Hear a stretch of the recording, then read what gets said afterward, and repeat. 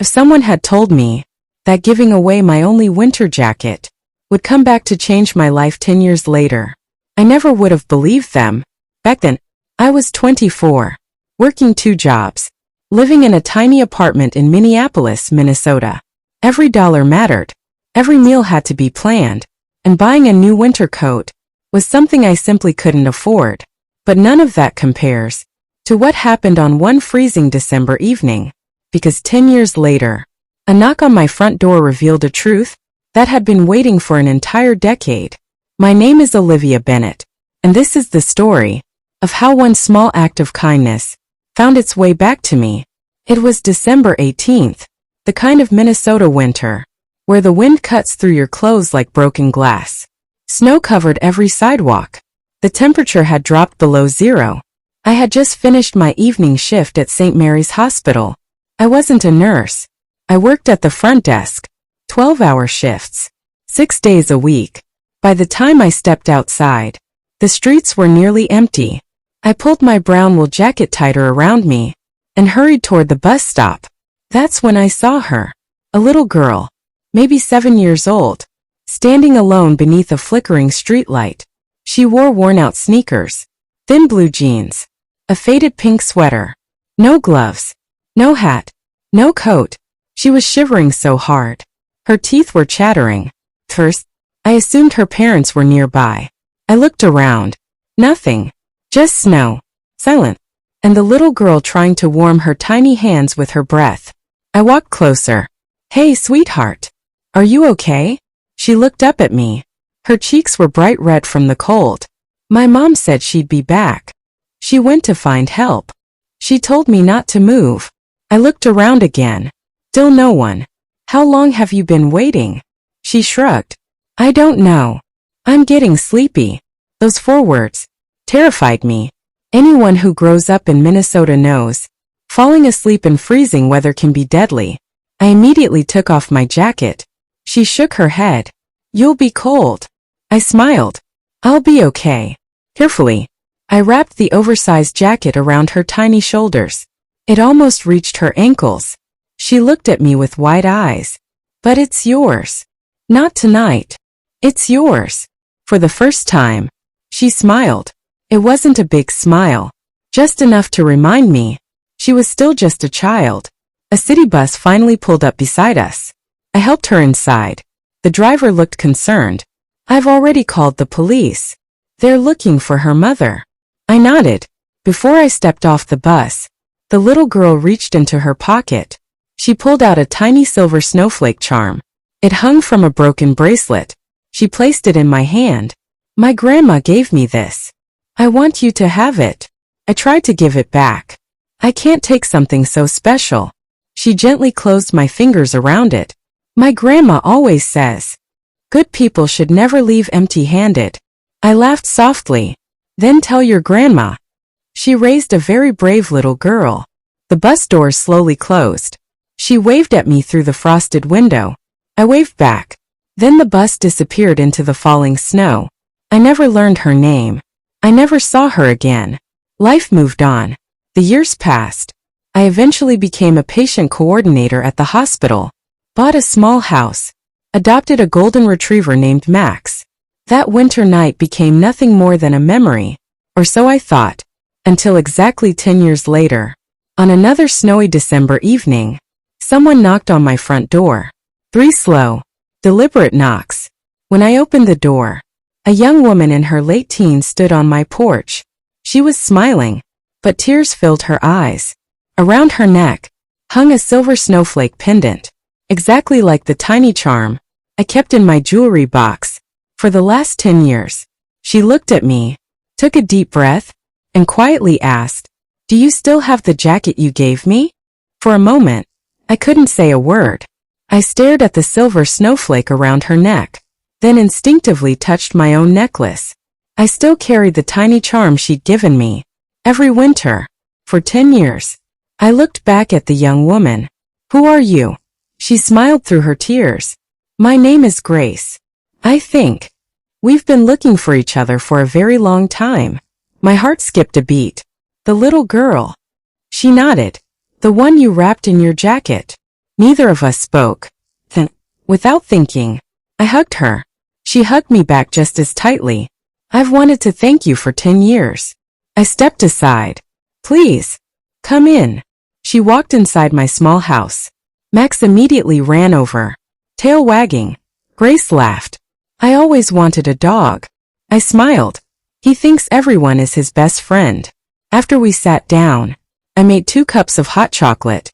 For a few moments, neither of us spoke. Finally, I asked the question I'd wondered about for years. What happened that night?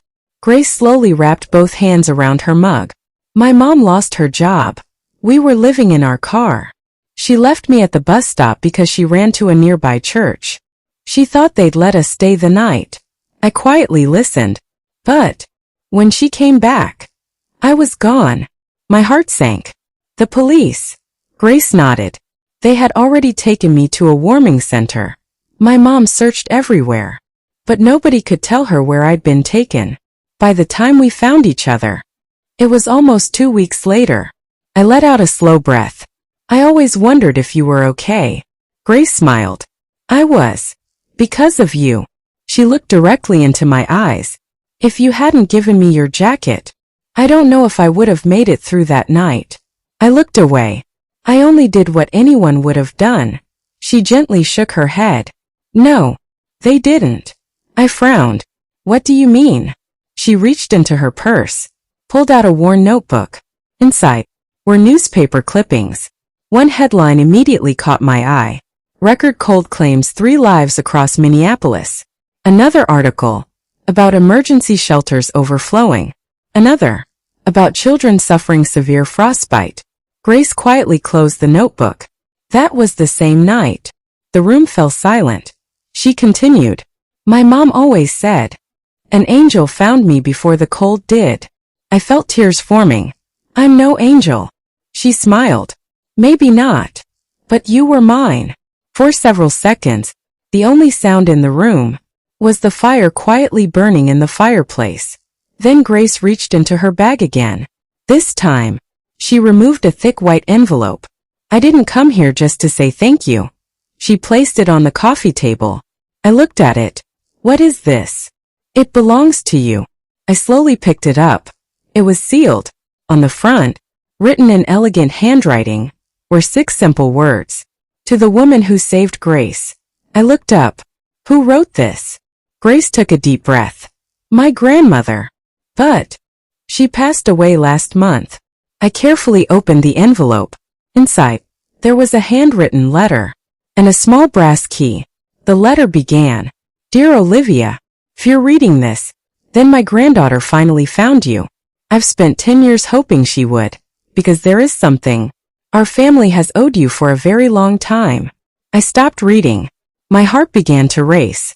Grace quietly whispered, Please, keep reading. I turned the page. The very next sentence changed everything. I never told Grace this, but the night you saved her, someone else was watching. I read the sentence again. Someone else was watching. I looked at Grace. Who? She slowly shook her head. My grandmother never told me. I continued reading. That night, a man driving home from work saw everything. He watched you remove your own jacket and wrap it around my granddaughter. He wanted to stop. He wanted to help. But before he reached you, the bus had already driven away. I frowned. Who was he? Grace quietly answered. My grandfather. I looked surprised. I thought you said your grandmother wrote this. She did. My grandfather died 5 years ago. I nodded and kept reading. He never forgot what he saw that night. Every Christmas, he drove past that same bus stop, hoping he might see you again. He never did. I smiled sadly. All those years, a stranger had remembered me. The letter continued. My husband built a successful construction company from nothing. People admired him for his success, but every time someone called him generous, he would smile and say, You've never met the young woman in the brown jacket. I laughed softly. I don't even remember that jacket anymore. Grace smiled. My grandfather did. Then my eyes landed on another paragraph. For 10 years, he carried your picture in his wallet. I looked confused. My picture. Grace reached into another envelope. She carefully removed an old photograph. It had clearly been taken from inside a parked car. I stared at it. There I was, standing beside the bus, wrapping my jacket around a little girl. I couldn't believe it. When was this taken? My grandfather took it. He wanted to remember the woman who reminded him that kindness still existed. I felt tears in my eyes. The letter continued. Before he passed away, he made one final request. If Grace ever found you, she was to give you the brass key. I picked up the small key again. What does it open? Grace smiled. I honestly don't know. My grandmother wouldn't tell me. She only said, Olivia will understand when the time comes. I turned the key over. A tiny number was engraved on it. 218. No address. No name. Just the number. Suddenly, Grace's phone vibrated. She looked down at the screen. Then her expression changed. What is it? I asked. It's my mom. She answered immediately. Hi, Mom. A few seconds later, the color drained from her face. What? When? Are you sure? She slowly lowered the phone. Mom found something. What? Grace looked directly at me. When Grandma's house was being cleaned today, they discovered another letter. I frowned. Another one? Grace nodded. This one has your name on it. My heart began racing. Did your mom open it? Grace shook her head. No, because written across the front were these words. Only open this letter if Olivia has already received the key. The room fell silent. Whatever Grace's grandparents had been protecting, it wasn't over yet. The next morning, Grace and I drove to her grandmother's house. It sat on a quiet street in Duluth, Minnesota. A small white home. Nothing extravagant. Just the kind of place where generations of memories had been made. Grace's mother was waiting on the front porch. The moment she saw me, she walked over and hugged me. You don't know me, but I've wanted to meet you for 10 years. I smiled. I've wanted to know what happened to that little girl. She looked at Grace, then back at me. You saved my entire world. None of us spoke for a moment. Finally, she led us inside. On the dining table rested a small wooden box. Beside it, a sealed envelope. Across the front, written in elegant handwriting, were my name, Olivia Bennett. My hands trembled as I opened it. Inside, another handwritten letter. Dear Olivia, if you've received this letter, then Grace has finally found you. First, thank you. Not because you saved my granddaughter's life, but because you restored something my husband thought he'd lost forever. I frowned. The letter continued. 4 years. My husband believed the world had become cold, not because of the weather, but because people had stopped caring about one another. The night he saw you, everything changed. I smiled softly. Then, the tone of the letter shifted. He spent the next decade searching for you, not to reward you, not to repay you, but because he believed someone with a heart like yours should continue the work he could no longer do. I looked up. What does that mean? Grace's mother slowly pushed the wooden box toward me. Open it. I lifted the lid. Inside were dozens of photographs. Families, children, veterans, food banks, homeless shelters. Every photo showed Grace's grandfather helping someone. Beneath them lay a thick folder. On the cover, the Warm Hearts Project. Grace smiled. My grandfather secretly paid heating bills for families every winter. He bought coats for children. He funded shelters. He never wanted anyone to know. I quietly turned the pages. There were names, addresses, handwritten notes, hundreds of them. Then, at the very bottom of the box, I found a small leather notebook. Inside the cover, one sentence was written. If you're holding this, I'm asking you to finish what I started. My heart raced. Grace whispered. There are still families on that list. People my grandfather helped every Christmas. I slowly looked through the pages. Many names had check marks beside them. Some didn't. The unchecked names were families still waiting for help. I looked back at Grace. Why me? She smiled. Because Grandpa said, kindness is safest in the hands of someone who expects nothing in return. Before I could answer, someone knocked on the front door. 3 sharp knocks. Grace's mother frowned. I'm not expecting anyone. She opened the door. A man in a navy business suit stood outside. He held a black briefcase. Good afternoon. My name is Michael Harris. I'm with Harrison Community Foundation. He looked directly at me. Are you Olivia Bennett? Yes.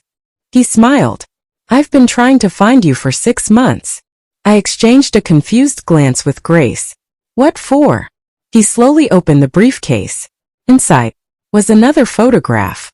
It showed me giving my jacket to Grace 10 years earlier, but this picture had been taken from a completely different angle. I looked at him in disbelief. There was another person there? Michael quietly nodded. Yes, my father. He saw the same thing Grace's grandfather saw. I stared at him. Why are people still talking about one winter night after 10 years? Michael took a deep breath. Because my father spent the rest of his life trying to find the woman who reminded him that one act of kindness could inspire an entire community. He reached into the briefcase once more and placed a document on the table. Across the top, in bold letters, were the words, the Olivia Bennett Kindness Foundation. I looked at him in complete shock. What is this? Michael smiled. My father left one final wish before he passed away. He asked us to build something with the woman in the brown jacket. I couldn't take my eyes off the document. The Olivia Bennett Kindness Foundation. I looked at Michael. There has to be some mistake. He smiled. There isn't. My father talked about you until the day he died. I shook my head. But he never even met me. Michael nodded. That's exactly what fascinated him. He said, the greatest kindness is the one no one expects to be rewarded for. Grace smiled beside me. That sounds like Grandpa. Michael laughed. The two of them became close friends. I looked surprised. They knew each other? For years. They both witnessed the same moment. The night you gave your jacket away. My heart skipped a beat. So, that one night changed more lives than I ever realized. Michael quietly nodded. It changed theirs. And now, they hoped it would change thousands more. He opened the folder. Inside were legal documents, architectural drawings, budgets, scholarship plans, emergency housing programs, winter coat drives. Everything had already been planned. Only one signature was missing. Mine. I slowly looked up.